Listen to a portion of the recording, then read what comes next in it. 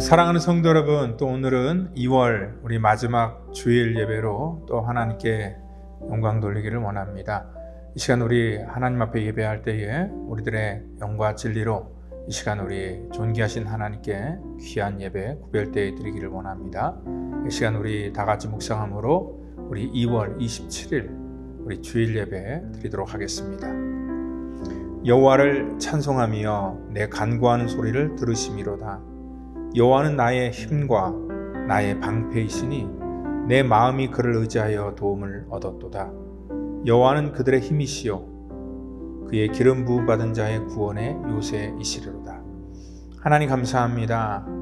우리들의 모든 삶의 주인이 되시고 또한 우리의 모든 생과 살을 주관하시는 하나님, 이 시간 하나님의 거룩한 백성, 하나님의 섭리와 하나님의 은혜에 붙들려 또 이곳에 서 있사오니 하나님, 우리를 하나님의 거룩한 도구 삼으시고 또한 하나님의 자녀의 귀한 직분을 우리 가운데 주셨기에 하나님이 이 귀한 신분을 가지고 또한 이 직분을 가지고 주 앞에 거룩하게 쓰임받는 하나님의 택한 백성 될 수 있도록 구별하여 주시옵소서. 모든 것 주 앞에 의탁합니다. 성령 하나님께서 홀로 영광 받아 주시기를 원하며 사랑이 많으신 예수님의 이름으로 기도합니다. 아멘. 이 시간 우리 다 같이 사도신경으로 우리의 신앙을 고백하겠습니다. 전능하사 천지를 만드신 하나님 아버지를 내가 믿사오며 그 외아들 우리 주 예수 그리스도를 믿사오니 이는 성령으로 잉태하사 동정녀 마리아에게 나시고 본디오 빌라도에게 고난을 받으사 십자가에 못 박혀 죽으시고 장사한 지 사흘 만에 죽은 자 가운데서 다시 살아나시며 하늘에 오르사 전능하신 하나님 우편에 앉아 계시다가 저리로서 산 자와 죽은 자를 심판하러 오시리라. 성령을 믿사오며 거룩한 공회와 성도가 서로 교통하는 것과 죄를 사하여 주시는 것과 몸이 다시 사는 것과 영원히 사는 것을 믿사옵나이다. 아멘.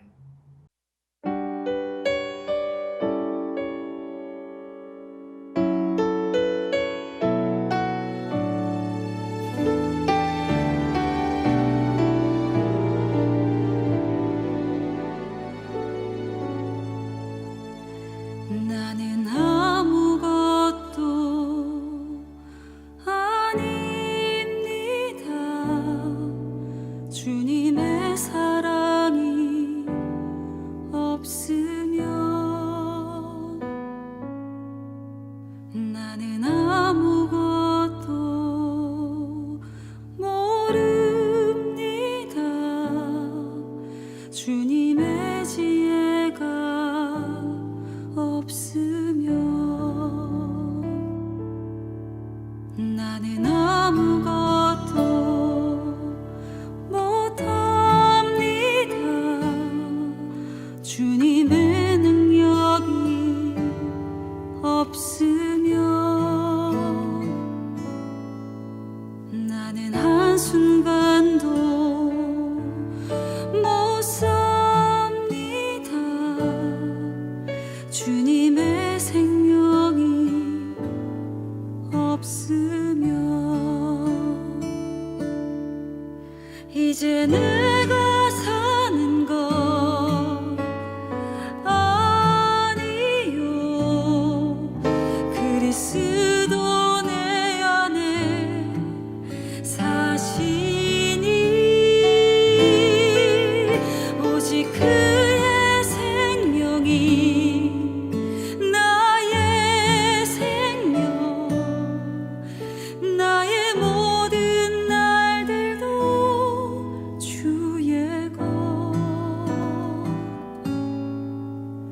나는 오직 한 분 바랍니다.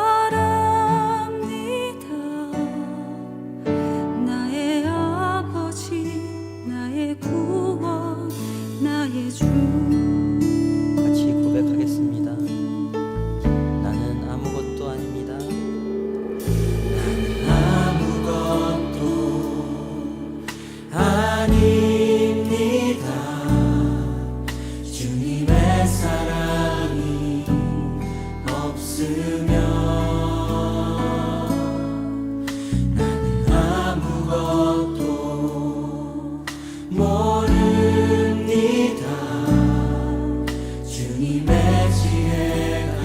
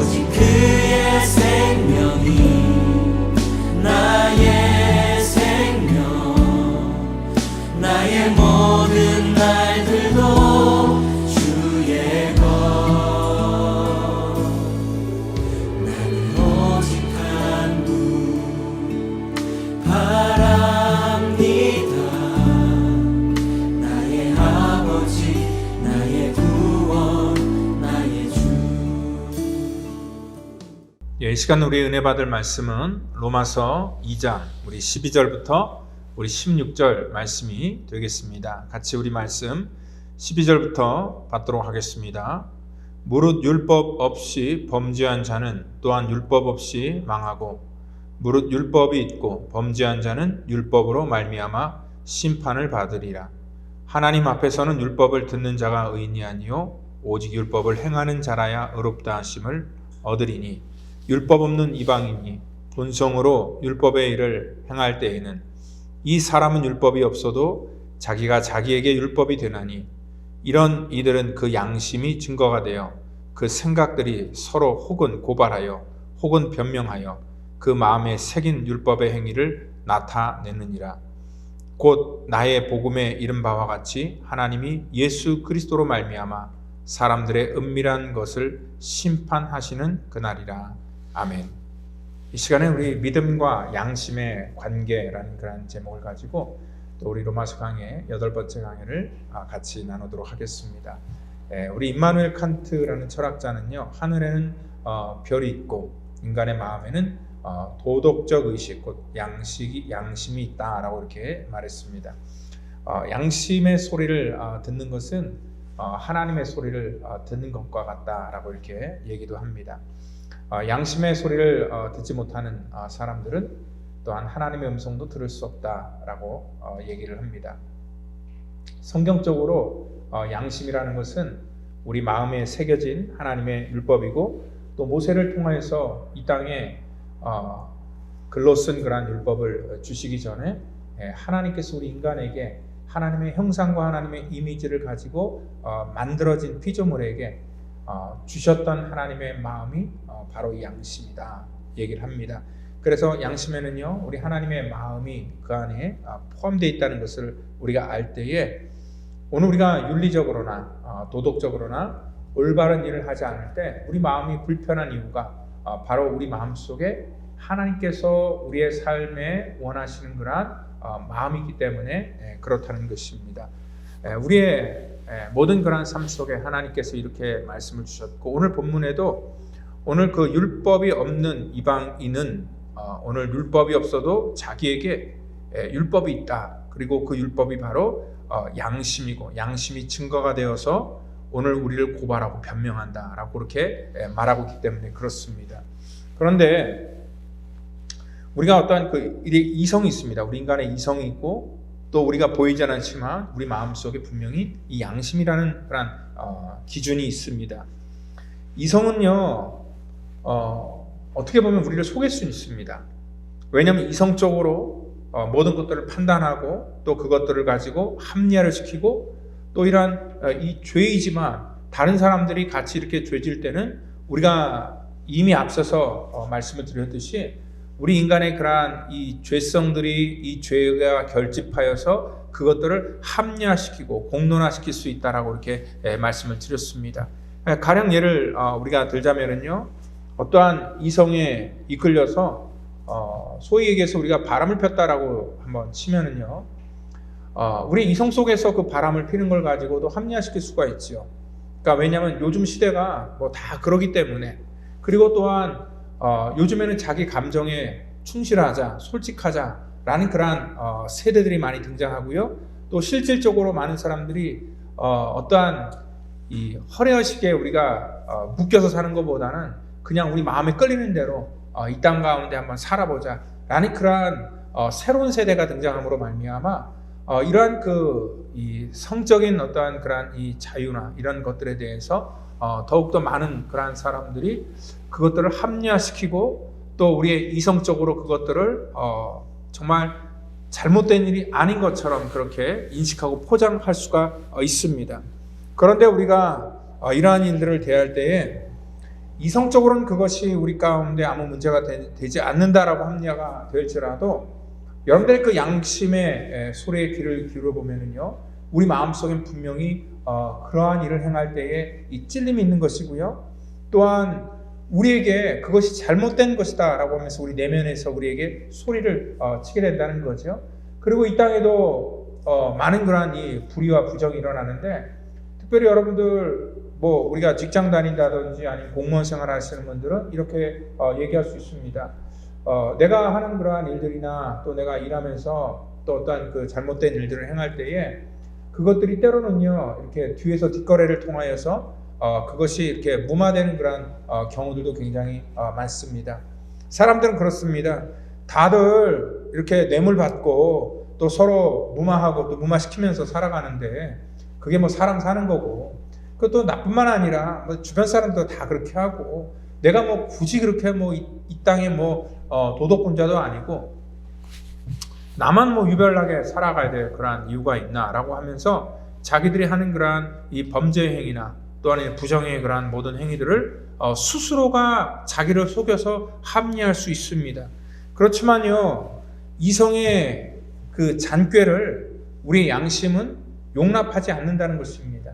분명히 우리의 이성 속에서는 그것이 합리화시키려고 하지만 우리의 양심의 또 다른 법이 그것들이 죄라고 얘기를 하고 있고, 또 그것이 정말 올바른 것이 아니라는 것을 다시 한번 우리 마음이 증명하는 것들로 봐서 우리 마음 속에는 분명히 옳고 그름의 어떤 분명한 기준이 있다는 것을 우리가 알 수 있죠. 그게 바로 하나님께서 우리 인간에게 주신 그러한 마음이라는 것입니다. 이 죄를 짓기 전에는요, 우리 마음속에 항상 어떠한 하나님께서 우리에게 주시는 경고가 이미 먼저 작동을 하게 됩니다. 그러니까 최초의 범죄 현장 속에서도 그 선악과를 따먹기 전에 아마 그 아담의 마음속에 또 하와의 마음속에 이런 생각이 들었을 겁니다. 이거는 하나님께서 하지 말라고 했던 건데, 그리고 하나님께서 우리에게 정말 다른 모든 것보다도 이거 하나는 하지 말라고 신신당부했던 건데 이거 하면 어떻게 될지, 그런 마음속에서 갈등이 있었기 때문에 어떠한 이 죄가 이 죄로 형상화되기 전까지 그 마음속에 어떠한 그 고민과 갈등을 하나님께서 이미 그 속에 내장시켜 주셨다는 것을 우리가 알 수 있다는 거죠. 그리고 예수님의 그러한 그 재판을 맡았던 빌라도도 자기의 양심에 비추어 볼 때 이 사람은 무죄한 사람이다라고 속으로 그렇게 확증을 했지만 그가 양심의 소리를 외면하고요, 어떠한 그 정치적인 판단을 가지고 오늘 그 양심을 자기 스스로 속였다는 거지요. 그러니까 어떠한 그 모든 인류 속에서 그 빌라도의 그러한 이 잘못이 우리 가운데 이렇게 인식되어질 때 그 전부터 하나님께서는요 이미 빌라도 마음속에 양심이라는 것을 가지고 이게 죄라는 것, 또 이게 죄가 아니라는 것, 그러한 확실한 구분을 주셨다는 것을 우리가 알 수 있습니다. 그렇기 때문에 우리는 양심의 어떠한 그 가책을 느끼게 되고요, 또 양심으로부터 호소하는 소리를 듣고 고민하고 번민하는 그러한 행위를 갖게 되는 거죠. 그게 바로 짐승과 다른 점입니다.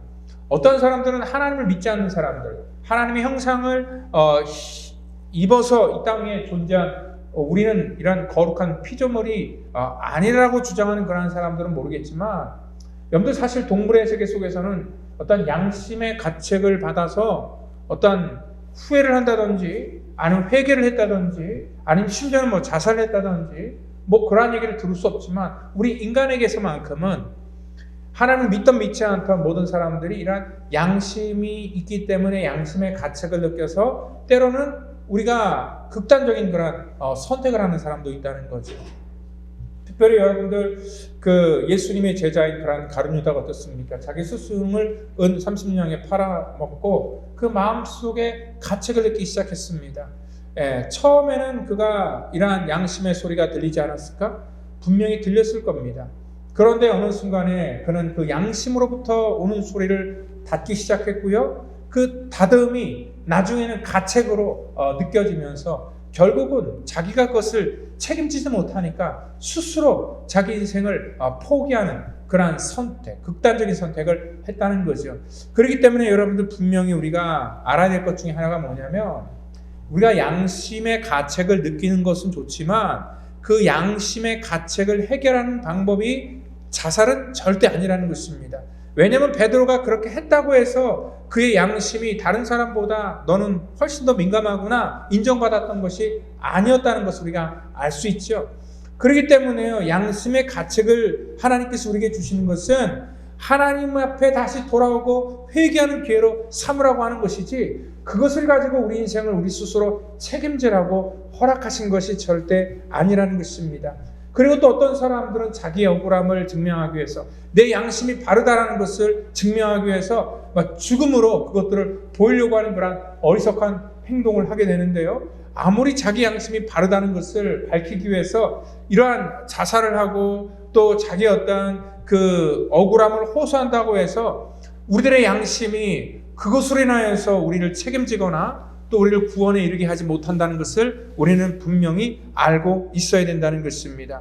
오늘 하나님께서 우리 인간에게 주신 그러한 양심을 이 성경에서는 오늘 뭐라고 얘기를 하냐면 오늘 본성이다 라고 얘기를 합니다. 14절에 보니까 율법 없는 이방인이 본성으로 율법의 외를 행할 때에는, 그러니까 우리 마음속에는 본성이 있는데 그것을 양심이라고 얘기를 하고요. 그것을 우리가 일반은총이다 라고 이렇게 신학적으로 얘기도 합니다. 그러니까 일반은총이라는 건 뭐냐면 모든 이 땅에 하나님의 사람들에게 하나님의 형상을 입고 이 땅 가운데 피조된 인간들에게 주시는 공통된 그러한 이 하나님의 은혜를 우리가 일반은총이다 얘기를 합니다. 그렇기 때문에 일반은총을 가지고 하나님께서는 우리가 정말 이 극악한 죄로 넘어질 수 있는데 그것들을 막는 그러한 역할을 하기도 하고요. 그리고 또한 우리 인간으로 태어난다면 분명히 우리 양심을 통하여서 어떠한 이 죄책감이라는 것을 우리가 느끼게 되는 거죠. 우리 아이들일지라도 그들은 어떠한 이 죄책감이나 죄에 대한 그러한 개념, 이러한 것들이 우리 어른들처럼 학습에 의해서 발달되지 못했을지라도 그 아이도 죄를 지으면은요, 부모의 얼굴을 똑바로 보지 못한든지, 아니면 뭐 말을 얼버무린다든지, 아니면 뭐 떤다든지, 손을 떤다든지 하는 그러한 이 무의식적으로 어떠한 그 행동이 수반되는 걸 통하여서 자기의 어떠한 그 죄에 대한 그러한 부끄러움과 자기가 잘못했다는 것을 느끼는 그러한 기능을 하나님께서 우리 가운데 허락해 주셨다는 것입니다. 오늘 바로 그 양심이 우리 가운데 증거가 되어서 오늘 하나님 앞에 우리가 온전히 살지 못하는, 그래서 죄를 범하는 그러한 모든 것들을 이 양심이 막기도 하고요. 또한 우리의 마음에 그러한 이 법정을 만들어서 이것이 죄다라는 것들을 고발하기도 하고, 또 그것으로 인하여서 우리가 때로는 우리 스스로를 변명하는 또 그러한 수많은 일들이 우리 속에 매일매일 일어나게 된다는 것이죠. 그러니까 율법의 기능을 이미 율법을 받기 전부터 하나님께서는 우리 마음속에 주셔서 우리 마음속에 옳고 그름에 대해서 분명한 이러한 기준을 우리 속에 허락해 두셨다는 것입니다. 하나님께서는 그래서 우리가 죄를 범할 때마다 우리의 양심의 기능이 먼저 호소를 하게 되는 거지요. 이 최초의 살인 사건이었던 그러한 이 가인과 또 이 아벨의 사건 속에서 가인이 죄를 져서 그 동생 아벨을 죽여놓고 나서 그 마음속에 어떤 죄책감을 갖고 있었을 때 하나님께서 가인을 부르십니다. 가인아, 내 동생 아벨이 어디 있느냐? 하나님께서 물으시면서, 하나님이 물으셨다는 것은 왜 그를 찾으시고 부르셨냐면 가인에게 하나님께서는 그의 죄책을 통하여서 회개할 기회를 하나님이 주셨던 것인데, 오늘 그는요 그 양심을 속여버립니다. 그리고 또한 하나님 앞에 오히려 되묻습니다. 내가 내 아우를 지키는 자입니까? 하나님께서는 그 양심에 물으셨는데, 그리고 양심을 통하여서 그가 다시 회개하고 회복되기를 원하셨는데, 그는 하나님의 부르심을 그가 스스로 거절하고 그 양심을 팔아먹음으로 말미암아 오늘 하나님의 은혜를 그는 놓치게 된다는 것입니다. 그게 바로 양심의 마비가 된 그러한 현상이라는 거죠. 그리고 또한 예수님께서 그 간음한 현장에서 돌 맞아 죽게 된 그러한 그 운명의 여인을 맞닥뜨렸을 때에 오늘 이 죽음에서 그 여인을 살릴 수 있는 것은 율법이 아니라 사람들의 양심에 호소하는 것이었습니다. 오늘 많은 사람들이 그 여인을 죽이려고 돌을 들었을 때에 오늘 예수님께서는 그들의 마음속에 주셨던 것이 뭐냐면 율법이 아니라 그들의 양심의 문제를 가지고 너희 중에 누구든지 죄가 없는 자가 그 여인에게 돌을 던질 자격이 있다. 그들의 양심 속에 비춰볼 때 그들의 양심은 그 여인에게 죄에 대해서 자기네들이 심판할 만큼 온전하지 못했다는 것을 겉으로는 멀쩡하고 겉으로는 괜찮아 보였지만 그 속의 양심을 속일 수가 없었기 때문에 그들은 돌을 던질 수 없었다는 거지요. 그리고 또한 그 여인도 예수님께서는 정죄하지 않으셨습니다. 또한 그 여인을 비판하지도 않고 또 그 여인에게 대해 어떤 특별한 꾸지람이나 훈계를 하지도 않으셨습니다. 대신 예수님께서는 그 여인의 마음속에 있는 양심을 다시 한번 일깨워 주셨다는 것이죠. 사람들은요, 막 겁박을 하고 또한 막 혼을 내고 어떠한 이 무력을 통하여서 그 마음을 정말 드러내면서 이렇게 죄를 지적하는 것보다 오히려 그 마음속에 숨어있는 양심에 대해서 호소를 하고 그 양심에 대해서 물을 때에 오히려 더 솔직해질 수 있는 것이고요. 또한 그 여인의 그러한 마음속에 있었던 그러한 이 온전치 못한 것들이 예수님은 그러한 양심에 호소하는 방식으로 양자를 다 회복시켜 주셨다는 것을 우리가 알 수 있다는 것입니다. 여러분들 이 땅에 살다 보면 이러한 양심의 문제는 모든 사람에게 있다는 거죠. 심지어는 도둑놈들에게도 어떠한 도둑놈은 양심의 화인을 맞아서 정말 양심에 정말 이렇게 아무런 꺼리낌이 없이 죄를 범하기도 하지만 또 많은 그러한 도둑들은요 또 때로는 양심의 이러한 가책을 느끼기도 한다는 거죠. 제가 그 신혼 초에 미국에 오기 전에 잠깐 동안 이제 저희 집사람이 미국에 오기 전에 한 얼마 동안 이렇게 피아노 학원을 잠깐 했던 것이 있습니다. 근데요 어느 날 불행하게도 그 피아노 학원에 도둑이 들었습니다. 도둑이 들어서 저희가 이제 결혼할 때 주고받았던 그러한 이 조금해요. 뭐 별렇게 많이 되진 않지만 그런 패물들과 또 그 당시 최고로 이렇게 유행했던 그 삼성 애니콜이라고 했던 그 제품도 잊어먹지 않습니다. 그 휴대폰 그 당시에는 뭐 굉장히 비싸고 또 귀했던 그런 때였죠. 근데 그거를 다 가지고 이제 도망을 갔습니다. 사실 그 도둑은요 저희 그 피아노 학원뿐만 아니라 그 인근 주변에 있는 그런 그 학원들을 같이 다 동시에 털었던 것이 나중에 이제 알게 된 거예요. 근데 어느 날 그 도둑으로부터 연락이 왔습니다. 어떤 연락이 왔냐면요, 이제 전화기를 훔쳐갔다 그랬잖아요. 그러니까 이제 도둑이 그 전화기를 가지고 아마 이제 전화를 한번 걸어봤던 것 같아요. 근데 그 전화를 걸었던 대상이 저희 아버님이거든요. 그러니까 이거 그 당시가 전도사였으니까, 그러니까 김태상 전도사 이 전화기 같은데 이렇게 얘기를 하니까 그 도둑이 이제 그때서야 뭐냐면 이 전화의 주인이 전도사라는 것을 비로소 알게 됐다는 거죠. 그래서 이 전화를 걸었던 용도는 뭐냐면 이거 주셨다고 하면서 이거를 돌려주면서 아마 저희 부모님에게 돈을 받으려고 보상금을 좀 받으려고 아마 했던 것 같습니다. 그런데 이제 제가 전도사라는 걸 알면서 모든 것들이 이제 틀어지기 시작한 거예요. 왜냐하면 그 도둑놈이 누구냐면은 과거에 자기도 교회를 다녔던 그런 집사였다라고 나중에 자기가 고백을 했습니다. 여러분 사실 그 사람이요 뭐 여러 가지 알아봤겠죠. 저희 폐물을 이렇게 팔려고 이렇게 작물 같은데 이렇게 알아보기도 했는데 뭐 저희가 결혼할 때 뭐 신학생이 무슨 돈이 있겠습니까? 아무것도 없이 뭐 제일 싼 걸로 했고 또 뭐 다 그런 걸로 했으니까 값어치가 안 나가니까 그것도 그냥 돌려주고 또 자기 양심에 좀 꺼리끼는 것 같아요. 왜냐면 과거에 그래도 교회 다니면서 집사였는데 집사가 전도사 물건을 훔쳐갖고 하나님 앞에 또 벌 받을까봐 아마 돌려주려고 이렇게 노력을 했고 또 저희도 나름대로 그 도둑에게 계속 저희 전화니까 그 전화로 전화를 하면서 돌려달라고 그거 얼마 되지도 않는데 우리에게는 그 추억이 있는 것이기 때문에 소중한 것이니까 그냥 돌려주라 얘기를 해서 좋게 얘기를 했더니 저에게는 그것들을 그 도둑의 어떤 이 양심의 문제로 인하여서 그냥 다 돌려줬고요. 반면에 그 주변에 인근의 그런 그 학원들 얘기를 들어보니까 전혀 그렇지 않습니다. 그들에게 뭐 오히려 막 협박도 하고 또 양쪽에서 서로 막 욕을 하고 막 그래서 다른 그러한 학원들은 전부 다 안 좋게 끝났는데 저희들에게만 또 이렇게 정말 운 좋게 저희가 그 물건을 다시 되찾은 그러한 에피소드가 있습니다. 여러분들 그런데 이러한 이 도둑도요 뭐가 있냐면 일말에 그 양심이라는 게 있으니까 그 죄책감으로 인하여서 이 물건을 돌려줬고요. 그리고 아까 얘기했던 그러한 그 여인을 정죄했던 그러한 이 돌을 든 사람들도 일말에 어떤 양심이 있었기 때문에 돌을 내려놨던 것입니다.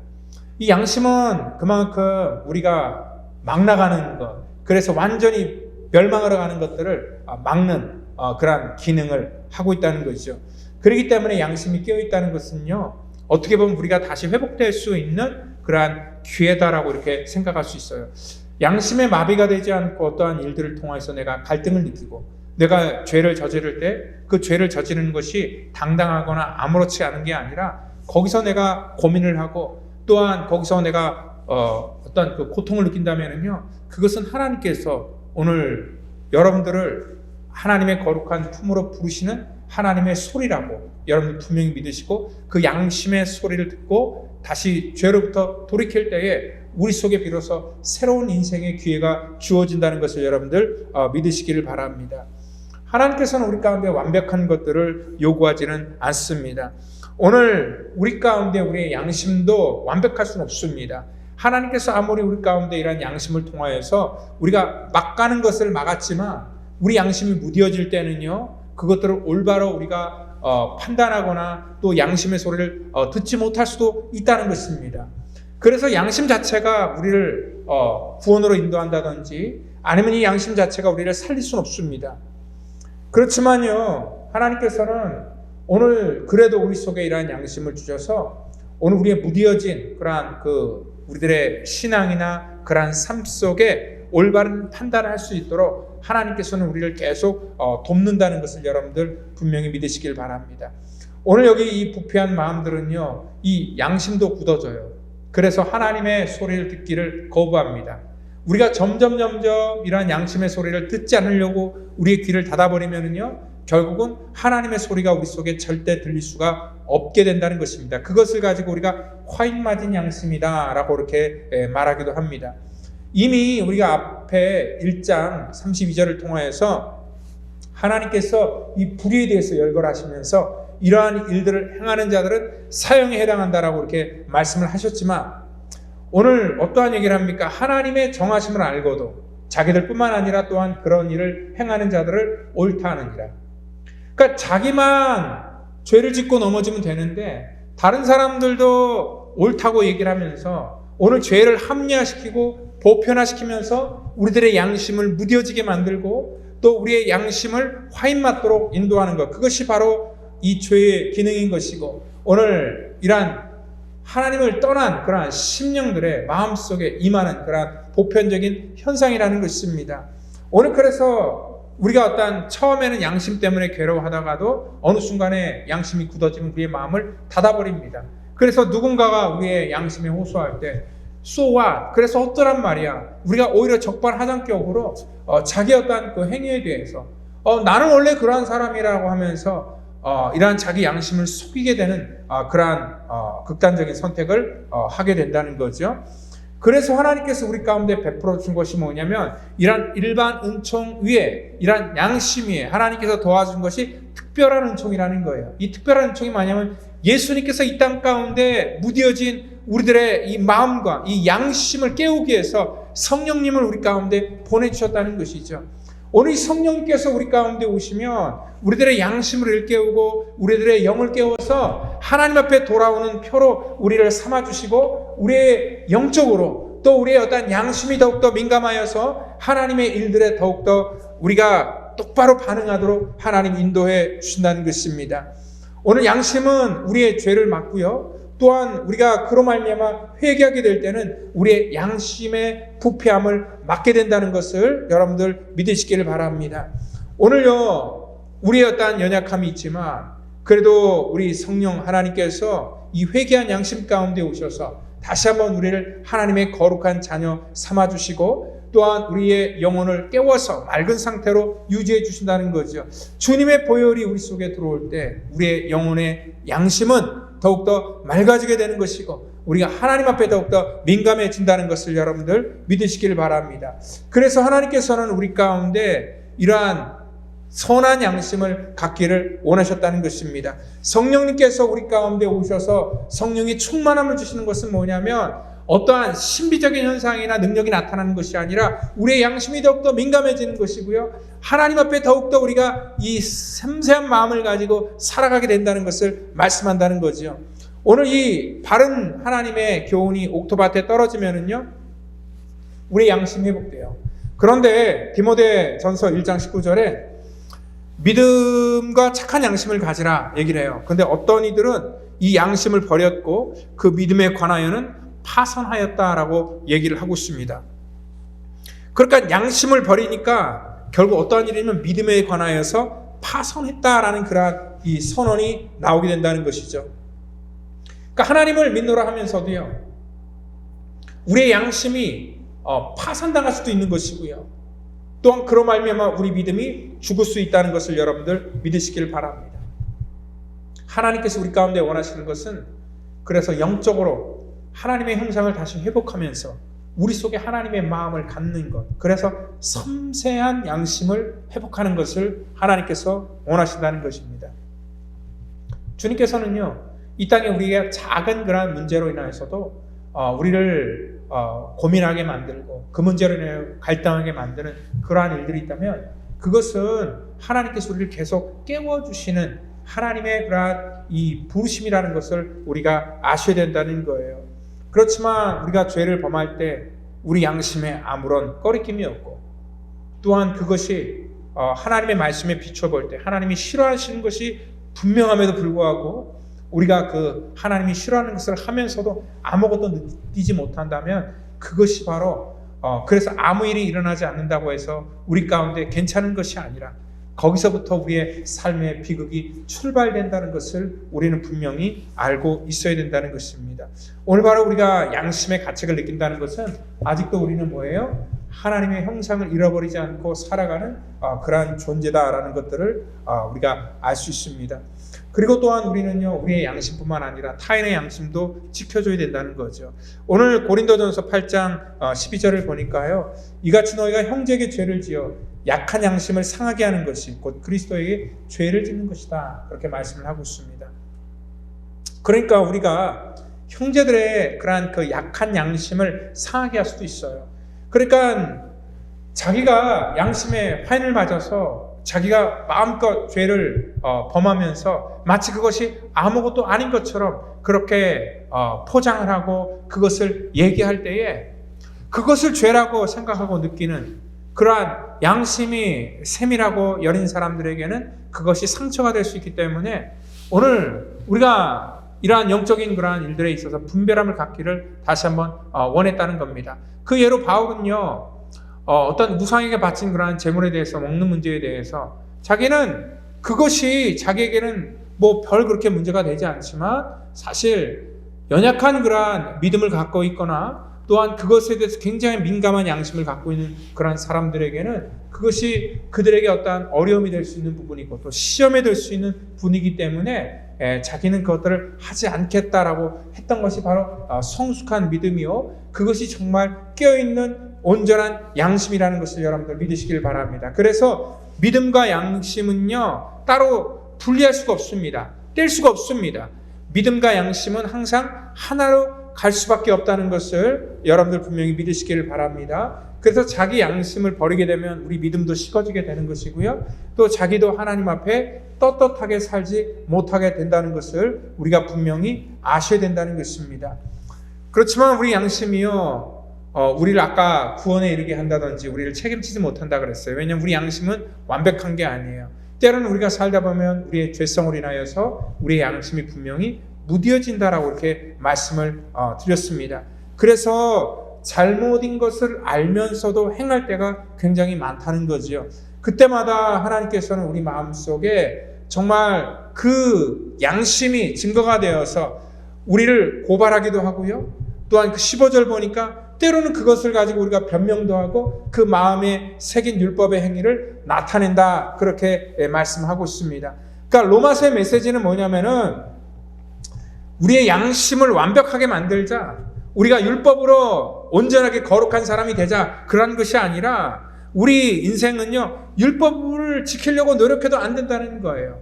율법을 비춰볼 때 우리가 온전한 사람이 될 수 없다는 거예요.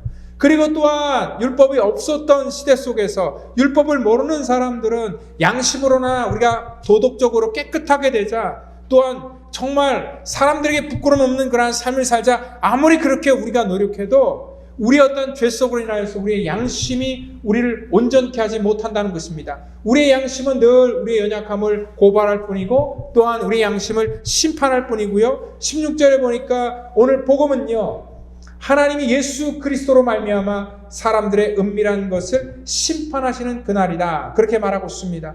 우리가 아무리 선한 양심을 가졌다 할지라도 사람들에게 들키지 않아서 그렇지, 우리의 내면 속에는 분명히 사람들에게 보여줄 수 없는 그러한 이 하나님 앞에 온전치 못한 그러한 양심들이 우리 속에 분명히 있고요. 하나님께서는 그것을 심판하신다 말씀했기 때문에 그렇습니다. 그리고 그것을 심판하는 것이 복음의 시작이다 얘기를 합니다. 오늘가 심판이라는 말이 어떻게 복음과 연관될 수 있을까? 기분 나빠하실지 모르겠지만, 여러분들 심판이 없다면 복음은 절대 기쁜 소식이 될 수 없다는 것입니다. 오늘 이 땅 가운데 하나님께서 우리 죄에 대해서 아무것도 묻지 않는다면, 우리가 죄를 져도 우리 마음속에 아무 꺼리낌이 없다면 오늘 복음은 우리에게 필요가 없을 겁니다. 그렇지만 우리는 늘 우리 스스로가 경험합니다. 내가 하나님의 말씀대로도 살 수 없고, 또한 내가 선한 양심을 가지고 살려고 했지만 그 양심이 나를 회복시키는 것이 아니라 나의 연약함을 고발하고 나를 무능한 사람이라고 얘기를 하고, 오늘 그러기 때문에 하나님의 복음이 거기서 출발된다는 것을 다시 한번 말씀합니다. 만약에 양심의 선한 기능이 우리를 살릴 수 있다면 예수님의 보혈의 공로, 오늘 하나님께서 우리 가운데 주신 그러한 이 구원의 놀라운 그러한 은총은 우리 가운데 필요가 없을 것입니다. 인간의 노력으로도, 인간의 도덕적으로, 윤리적인 삶으로도 하나님의 그러한 구원을 우리가 이룰 수 있다라고 착각하기 때문에 그렇습니다. 그렇기 때문에 오늘 고소하는 것이 뭐냐면, 오늘 우리 인간은요, 율법적으로 우리가 복되게 살려고 해도 될 수가 없는 것이고, 또한 우리 양심에 비춰서 우리가 살려고 해도 우리는 그렇게 온전한 존재가 아니라는 것을 얘기합니다.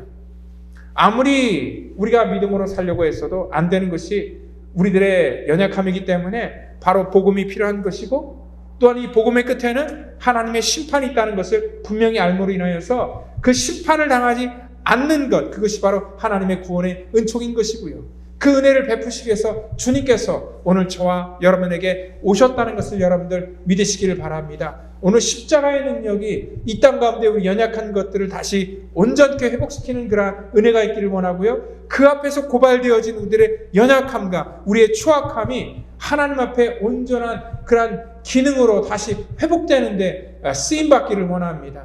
하나님께서는 그렇다고 해서 우리 양심을 그냥 두지 않고요, 양심을 계속 호소하시면서 우리가 구원받았기 때문에 하나님의 자녀로 이 땅 가운데 하나님의 형상으로 회복되는 그러한 일들을 기뻐하신다 얘기를 하고 있고, 또 그러한 삶을 살아갈 때 우리에게 주시는 심판이 아닌 상급이 있다는 것을 여러분들 분명히 믿으시고요. 오늘 하나님께서 우리에게 주신 하나님의 마음, 이 양심의 소리를 우리가 들으시면서 이 양심 속에서 주시는 우리 존귀하신 하나님의 거룩한 은혜가, 또 그 믿음이 우리 속에 더욱더 굳세게 세워지는 그러한 저와 여러분 되기를 예수님의 이름으로 축원드립니다. 다 같이 기도하겠습니다. 하나님 감사합니다. 이 땅에 우리에게 하나님의 말씀을 주시고 복음을 주셔서 하나님의 마음을 알게 하신 것을 감사합니다. 그리고 때로는 아버지 하나님, 우리가 살아가면서 우리의 마음속에 말씀하시는 성령 하나님의 음성을 듣게 하시니 감사합니다. 하나님, 늘 우리를 통하여 주시는 그 말씀에 우리가 솔직하게 하시고, 또한 우리의 연약함을 고백하면서 인정하게 하시고, 그래서 주 앞에 회개함으로 말미암아 하나님, 우리의 양심에 더욱더 솔직해지는 하나님의 택한 백성 될 수 있도록 우리를 구별하여 주시옵소서. 우리는 아무것도 아니고 연약한 자라는 것을 늘 깨달아 하나님의 도우심을 구하는 그러한 하나님의 택한 자녀 될 수 있도록 인도하여 주시기를 간절히 바라고 나오며 사랑이 많으신 예수님의 이름으로 기도하옵나이다. 아멘.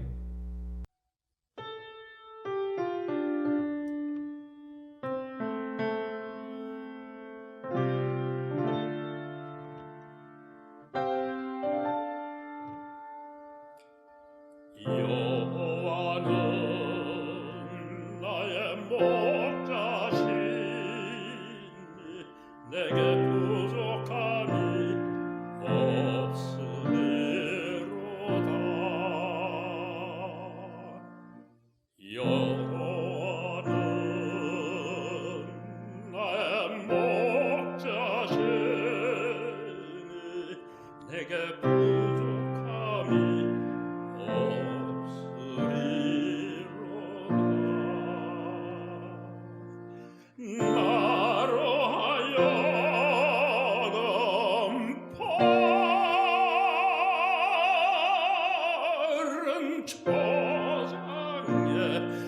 주께 하시며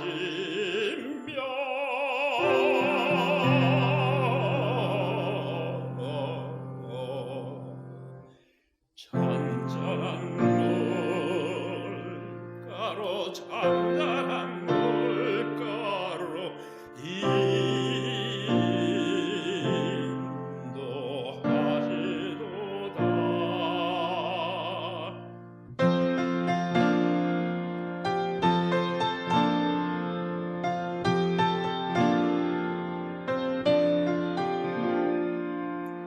진실로 사랑과 인자하시네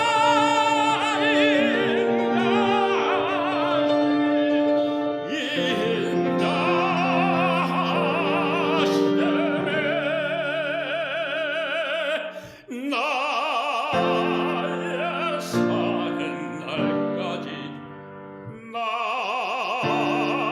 나를 따르리니 내가 여호와 전에 영원토록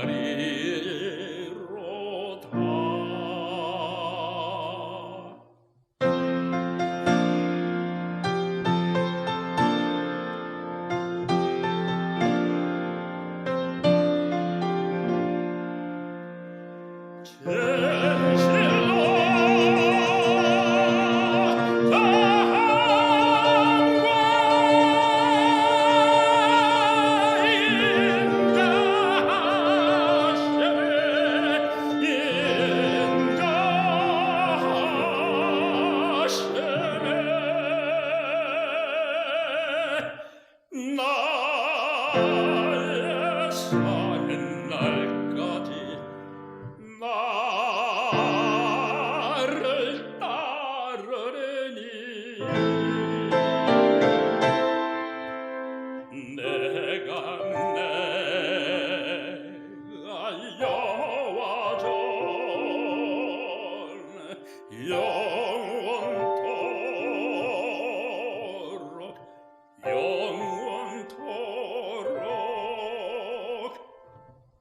영원토록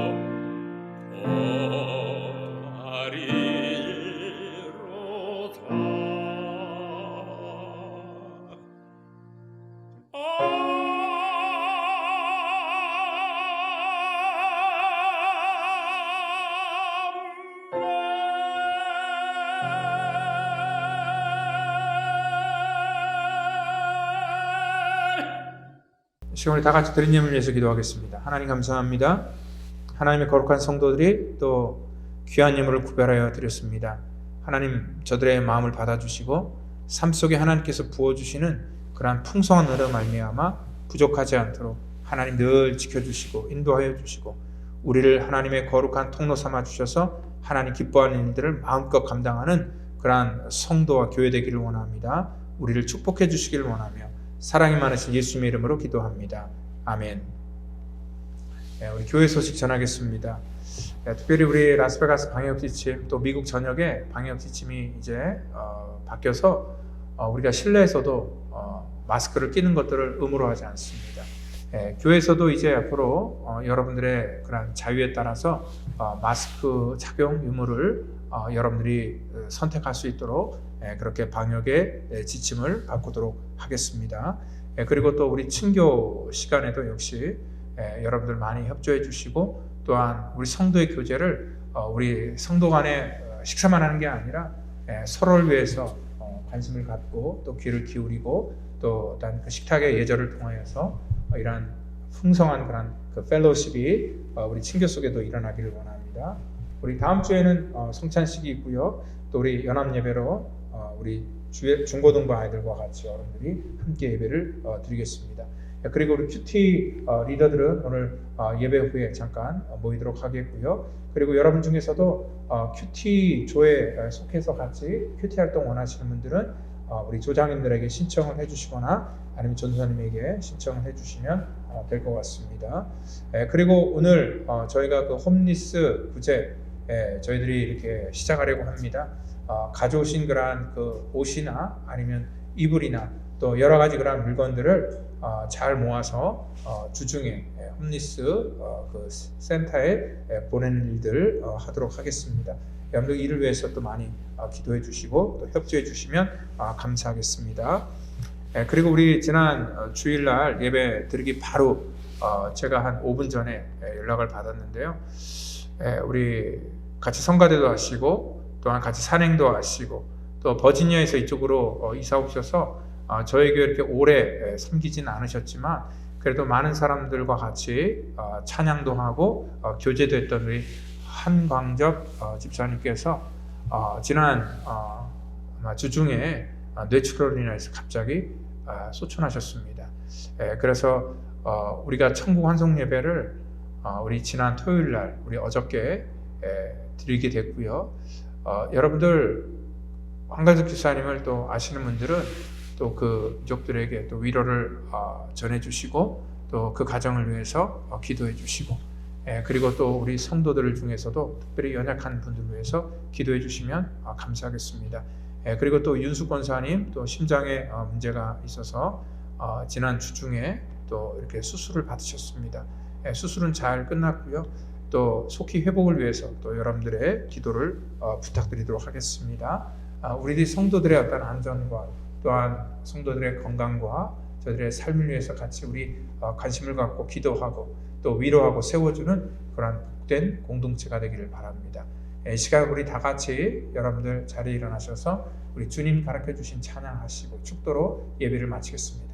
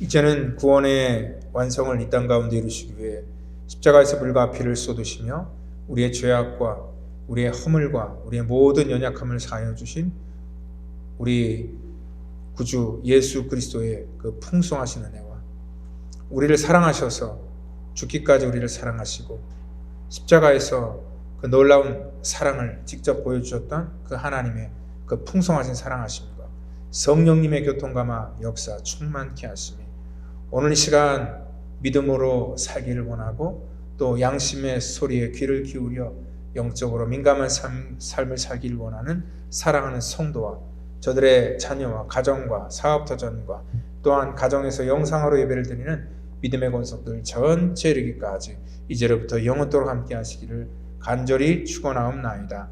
아멘.